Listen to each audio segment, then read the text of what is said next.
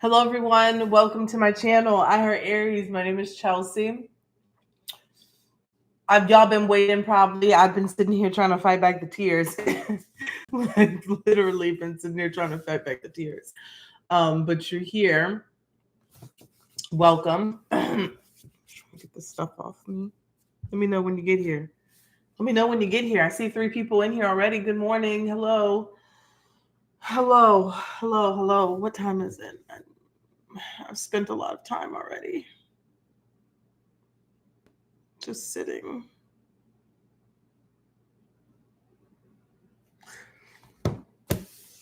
Is anybody here? Is anybody here at all? Let me go ahead and pull here.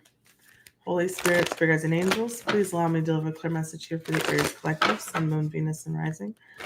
Let's see here. What is the overall energy for today for Aries? All right. Hello, you guys are here. Okay, I was waiting to start talking. I'm seeing building blocks. I didn't get to cut the deck first, so building blocks. That makes sense. Building blocks.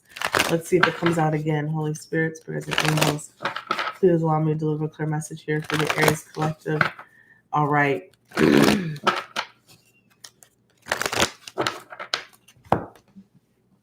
So many emotions today. I'm tired. You can see it in my eyes. A little bit of it is leftover makeup, not really bags, but did I cut the deck? I did cut the deck. Let's see what the overall energy here for today is for Aries. So last night, early morning, my little cousin / nephew was born. I say he's my nephew because, one second. What's the energy here for today for Aries? Woo, cards trying to come out everywhere. Where's the energy? There it is, 50, no place like home.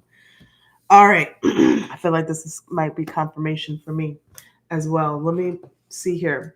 So last night, my first cousin, me and him grew up like sister and brother.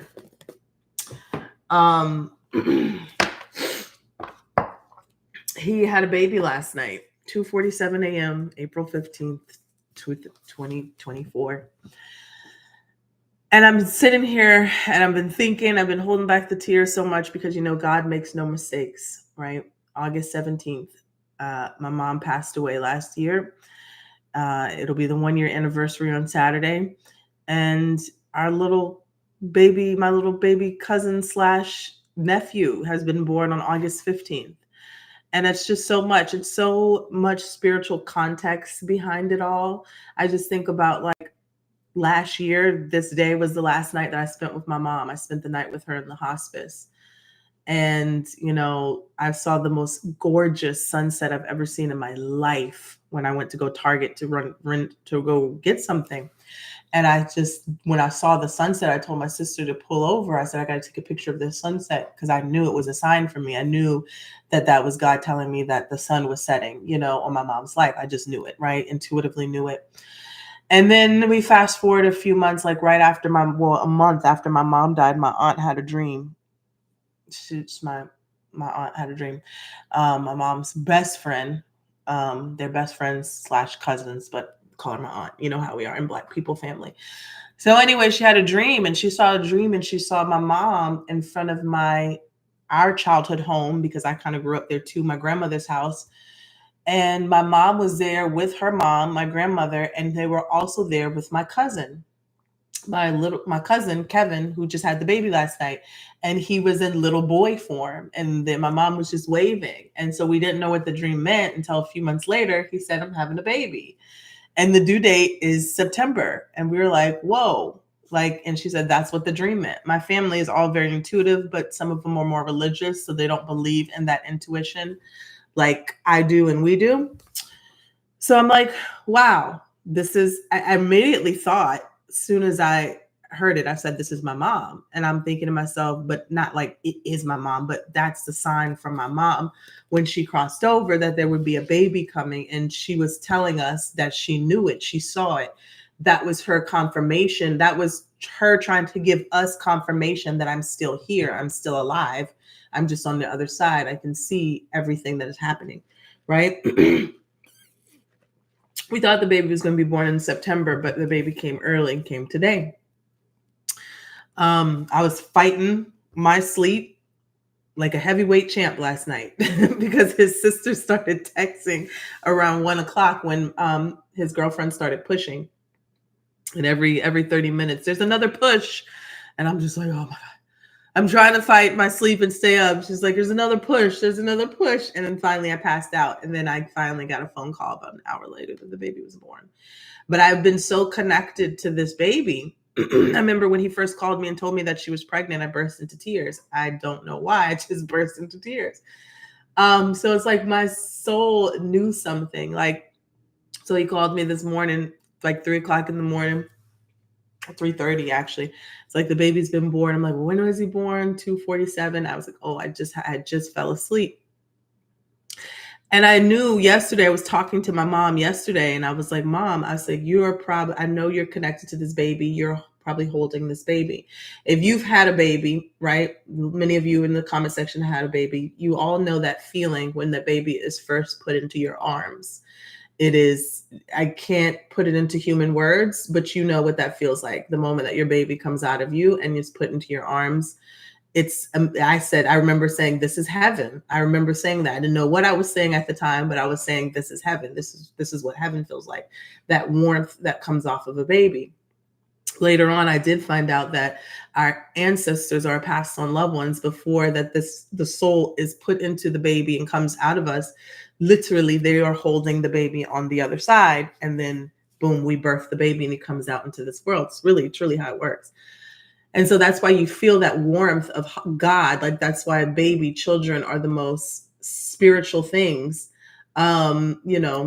precious things on earth, angels, right? We call them little angels because they're precious, but really they're little angels, literally. That was the first time becoming a mom actually came real to me. Once my baby I was just in a daze of my whole pregnancy. Is it Hoy? So I don't know. I was just so shocked my whole 9 months. It didn't become real till he actually touched my skin. But anyways, of course, Chelsea. So I'm like half asleep, like, oh God, the baby's born. Like, I'm so excited. And I'm like, what time was he born? And he was like 2:47. I was like, all right, I'm going to do his birth chart as soon as I wake up.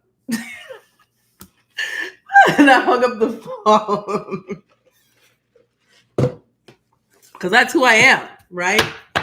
That is who I am. It's Shantae. Hello. That is who I am. And of course, sure enough, I did. As soon as I dropped my son off to school, I did his birth chart. And this child has a hell of a birth chart. Let me just tell you that. Born today, this child has a hell of a fucking birth chart. And as soon as I have chills talking about it right now, as soon as I saw that the baby obviously is born during a Mercury retrograde. I'm the only other person in our family born during a Mercury retrograde. I was born in 1991, born during the Mercury retrograde in Aries. And here I am. When you're born during a Mercury retrograde, your path is just more spiritual by nature, no matter what your sign is. And so here I am, right? But this baby's born during a Mercury retrograde. I want to say, and 5 other of his planets are in retrograde. You know what I'm saying? Like we have like 5 or 6 planets in retrograde right now. His Saturn is in retrograde. His Neptune is in retrograde. His Pluto is in retrograde, and his Mercury is in retrograde. I feel like I told my cousin, I've been telling him this. I said, you are birthing my child. I've been saying this for the last few months. I don't know why I've had that connection or that feeling. But then when I saw his birth chart today, I'm like, this is my child. This is my soul child. This is my baby. Like, I don't know, maybe that's why I burst into tears when I found out he was having a baby. And, that happens like, in reincarnation, you could be born again and your mother is your child, or, your sister is your mother, things like that, right? We all keep reincarnating with the same soul family. And I also saw that his North Node is in Aries. And then it hit me. And I was like, oh my God, his North Node is in Aries. That means that his South Node, past life, was in Libra. My mom was a Libra. And I'm just thinking about all the connections here. And I was like, whoa, whoa, whoa, whoa. I said, I'm going to have to go break this down later, because what is really happening? What is really happening with the birth of this child today? And I'm just like, wow. So I think you guys know where I'm going with that. And I'll come back with updates. And I'm going to go get a reading today with one of the trusted astrologers that I go to. Maybe even get a reading with Sloan as well. But yeah, that's how it works. You know, your mother could be your child, could be reincarnated. Your brother could be reincarnated as your child. Things like that happen all the time. So I feel like there's a reason that I have felt so connected to this baby since the day that I found out that his girlfriend was pregnant. And even if it's not my mom reincarnated, this baby is such a blessing to us just because of the timing. You know, I always feel like God makes no mistakes. You know, when we really needed this baby, you notice a lot of times when babies are born, somebody has just died. I remember when my son, 3 days before my son was about to be induced, my great grandmother died. And that's just usually how it happens. Not all the time, but there's usually like if something like that happens in the family. All right. So let's take a look. And my dad at that time needed that, because his great grandmother raised him, and then his first grandson was born, and him and my son and my dad are so close. So things like that happen, and I think it's just so beautiful. I think astrology, life. That's why I'm so connected to the spiritual side, because all of that. There's what we see in the 3D is never really what is. It's always something behind what we actually are physically seeing. There's always a spiritual element to everything. That's why we should question everything and be in tune with our intuition. It's just so beautiful. It just really is so beautiful how we're all connected. All right, tell me about the energy here for today for Aries. And thank you for listening to my TED Talk. I had to get that out because it took me so long to get on here because I was just on the verge of tears. All morning, happy tears, sad tears, so much, everything. All right, Aries. So the first card that came out here was No Place. Oh, excuse me, you know how that coffee does to me. No Place Like Home. If anybody wants to timestamp when the reading is actually starting, No Place Like Home, number 50. This immediately reminded me of my mom too, because she died at 50. And No Place Like Home. Let's take a look.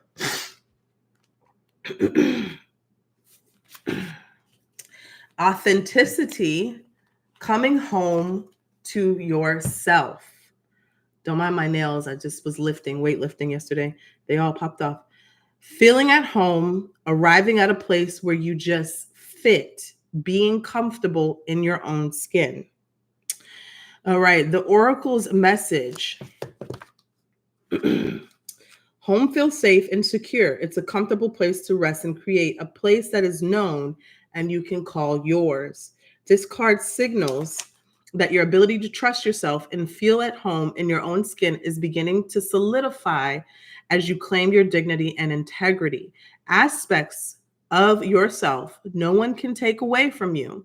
You know who you are. You hold your head high, yet with neither pride nor humility. Instead, you stand as the observer, seeing through the eyes of your soul. This puts you in a position of power and strength. Authenticity is your home. You are safe here in the house of your spirit and spirit. Beautiful. All right. No place like home. So definitely the relationship message says lovers, friends, and companion animals are at home in your life right now. You are in sync and full of love, and you can be secure in the knowledge that is reciprocated. Relationships elicit a sense of emotional safety, comfort, and the best aspects of familiarity. Now, be home in this relationship, and together you add to the love of the world. The prosperity message says, when you act in an authentic way, you command the world to reflect back to you exactly what is in your highest good. Your business choices, the investments you make, and the creative projects you immerse yourself in are powerfully on point. Why? Because when you are fully yourself, radically accepting everything in your journey to date, both successes and failures, you will see the divinity in all things. Abundance is a natural progression when you experience this kind of authenticity. Oh, it was a twister. Tongue twister. No place like home. Okay. Two of Pentacles, Hangman, Awakening, and we have the Ego, which is the Death card. I could tell you this very, very clearly here, in a sense. Someone may be wavering, and I'm going to tell you this, even about the whole money story, the whole money situation. I know we crave money because that's how we've been tricked on this earth, feeling like that's the most important thing when it's not. It's not a bad thing. Money is not a bad thing. It's a tool, but it's also an illusion in itself, right? And it's something that we've been tricked into striving for because we're in this system that says that only certain people, certain 5%, 2%, 1% have this most money, which we could all put ourselves into that percentage if we just, don't follow the rules that were placed upon us. Because the thing is, when we talk about money, the money story was only created for the poor people. The people who have all of the wealth in the world are not in the same box that we are in. That box was just created for the people who live impoverished or not abundant, right? So think about that. People who have all of the wealth and things like that, they know alchemy, they know magic, they know manifestation, they know spiritual laws. But then we are taught that stuff is airy fairy, not true. Oh my God, astrology? Yeah, you believe in that stuff? Oh my gosh, you believe in zodiac signs? You believe in spell work? You believe in witches? Oh yeah, right. That has been placed upon us so we do not know our own power. It is a trick, and when you see people who are deeply rooted in religion, you say that, no shade to them, and they are so conformed to it, like, oh my God, I'm not going to commit blasphemy. I'm not going to go against this religion. That is a trick to keep them not exploring their true spiritual nature. Because when you truly spiritually awaken, okay, when you truly spiritually awaken and you say there is more to this life and I can have more and I can be more and all of my desires can absolutely be fulfilled, but how do I do it? The key is to being your authentic self. When you no longer fight those urges to be you, to conform, you will truly know true peace, bliss, happiness, and oneness with Source.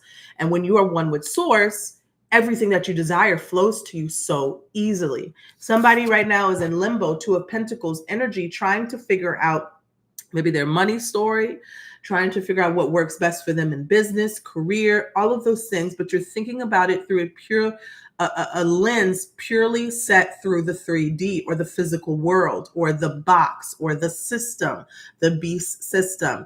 It is time, and I feel like whoever's in this energy is being called to break out of this box, but you don't know how. You know that there's something more for you. You know that there's some sort of financial freedom or something for you, but you don't know how. And I'm going to tell you, the secret is to not follow the blueprint that has been set for you, or so many people are saying that this blueprint has been created to create wealth. And when I mean that, I mean the blueprint: work hard, give up all your time, struggle. No, pure alignment to yourself is alignment to Source. And then the answers will flow. You have to, when you're going through a spiritual awakening, although ego is good, we do need our ego. It keeps us safe. It keeps us alive. There's a certain parts of the ego that must be shed in order to truly wake up to our true authentic self. I hope you guys are following me. It says the illusion of being trapped, placing too much importance on material things, and getting caught up in fear and worry. The moment that we stop caring about money, it really does flow to you. It really does. And so in the most miraculous ways. The awakening card says, change the way you're looking at the situation. Embrace your uniqueness, a temporary pause in action. Two of Autumn's, bring fun into everything that you do, which is so true. Juggling multiple priorities or jobs, an exceptional talent for multitasking. I have to go here in a second but this is a very good conversation, because this is about wealth, but it's also about the vibration of wealth. That's really truly what this reading is about, and being connected to source. No place like home. No place like home. When you are your authentic self, you are connected to source in its purity. It's kind of like when Abraham says being in the vortex. That's what it means, being in the vortex, being connected to source, being connected to your authentic self. When you are truly you, truly you. Every day you get up and you say, I want to dye my hair blue. I don't know why, but I want to dye my hair blue. I want to do this, and I don't know why I want to do this, but I'm going to do this. I want to, all of these things, it's your source, and your source energy inside of you, creating your desired outcome, like what you want to desire. And every little step, every little thing, every little urge, every little direction that pulls you here, follow it, because it is leading you to your true self. It's the same conversation I have when people ask me what their purpose is. I say, I can't tell you your purpose, because your purpose involves every little step to you finding you getting back to you. I know Aries a lot. We have this thing where we like to try everything. We like to try every career path, every schooling, everything. And society can teach us that might not be right. That could be wrong, or you're lost, or you're stuck. Absolutely not. I truly believe everything that I've ever tried, every degree I've gotten, everything has led me right here. Every job I've had has led me right here. And so if somebody were come to tell you, hey, this is what you're going to be, and this is what you're going to do, and this is what your purpose is, you would try to jump from here to all the way over here, and you would miss everything in between. And truly, this life is about the journey. But the key and the secret to getting to everything that you desire is being your authentic self. So for the people who are confused right now, or feeling like something is not working out for them, or they shouldn't jump ship and start something else, I challenge you to ask yourself, what do I truly want? What is my authentic self saying that I need today? And do that, and fuck the rest. Okay. So many times that we want to people please and please others around us by conforming or staying in a box.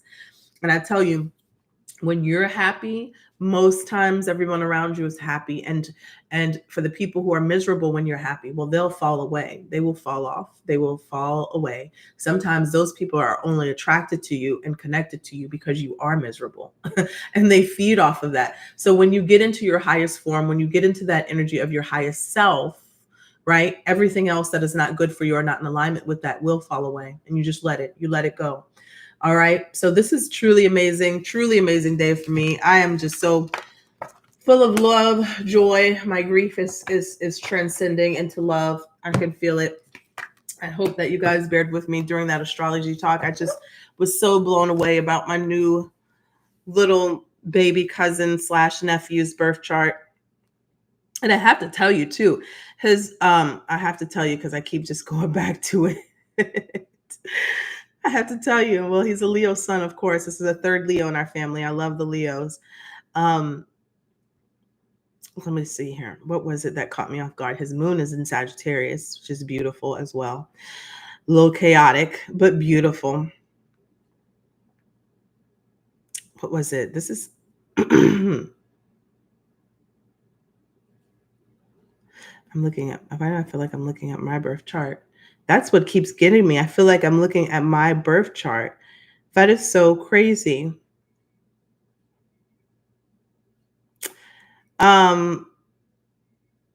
Truly spiritual, seventh house Sagittarius, and he has the eighth house in Capricorn.